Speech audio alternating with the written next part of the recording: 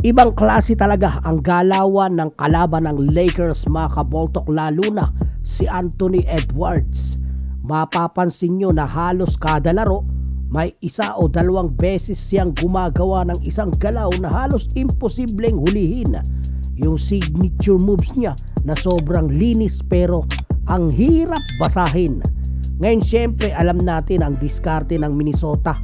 Ang ipabantay kay Luka yung bola para siya ang primary defender ni Anthony Edwards. Pero dahil nakatutok na talaga ang depensa para mapigilan siya, tingnan nyo, tatlo agad ang nakapalibot sa kanya. Pero ang galing ni Ant-Man mga idol, nakahanap pa rin ng paraan.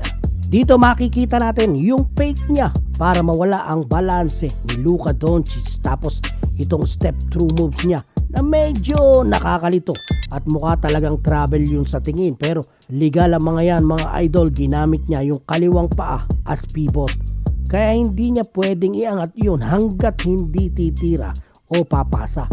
So nung nag-step siya gamit ang kanan at mukha lang nagpalit ng pivot, pero hindi naman actually bumaba yung left foot niya. Kapag bumaba na yun at hawak pa rin niya ang bola, by traveling na yan. Pero dito clean move. Tuloy-tuloy din ang transition offense ng Minnesota. 16 fast break points ang game na yan. Dalawa doon galing sa plays na ito kung saan pababa pa lamang ang Lakers at sinamantalagad ni Edward ang space. Nabigla pa nga si LeBron sa crossover na yan. Ulit-ulit lamang ang strategy ng Minnesota. Ang ipabantay si Luka kay Edwards para i-expose ang kanyang individual defense. Alam ng Minnesota ang kahinaan ni Luka Doncic pagdating sa depensa at kita nyo naman yan. Kahit pa tumulong sa depensa si Gabe Vincent dito, nakahanap pa rin ng butas si Ant-Man at counted pa. Hindi lang si Luka ang nadali, pati si LeBron. Parang isa-isa niyang tinitira ang bawat defender ng LA. Si Rui Hachimura, star player na rin ngayon niya sa Lakers, pero kahit ganong kagaling, hirap pa rin bantayan si Ant-Man. Hindi pa nga siya primary defender, lalo na kung hindi ka pinapaatake, ikaw pa ang titirahan. Speaking of defense mga kaboltok, si DFS na ang best primary defender sa Lakers. Pero kahit siya pa ay hirap pa rin mapigilan si Edwards. Makikita nyo dito, lusot pa rin. Explosive talaga si Ant-Man. At dahil wala ring rim protector ang Lakers sa loob, kawawa talaga ang Lakers.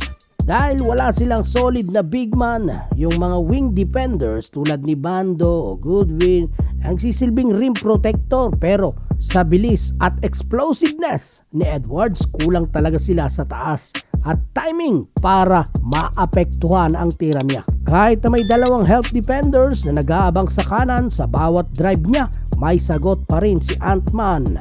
Maraming galaw ang batang yan mga kaboldo, kahit si LeBron hindi makapigil. At kung si Luka naman ang natatapat, parang cone lang ang depensa. Dinadaanan lang siyang literal ni McDaniels sa isang play. Game 4, 43 points ang binitbit ni Edwards. 52.2% shooting, 17 free throw pa mga kaboltok. Efficiency yan at volume na lahat. Iba talaga tong si Ant-Man, pang MVP level. Tipong kahit pangalawa o pangatlong defender, parang normal lang niyang pinapasan.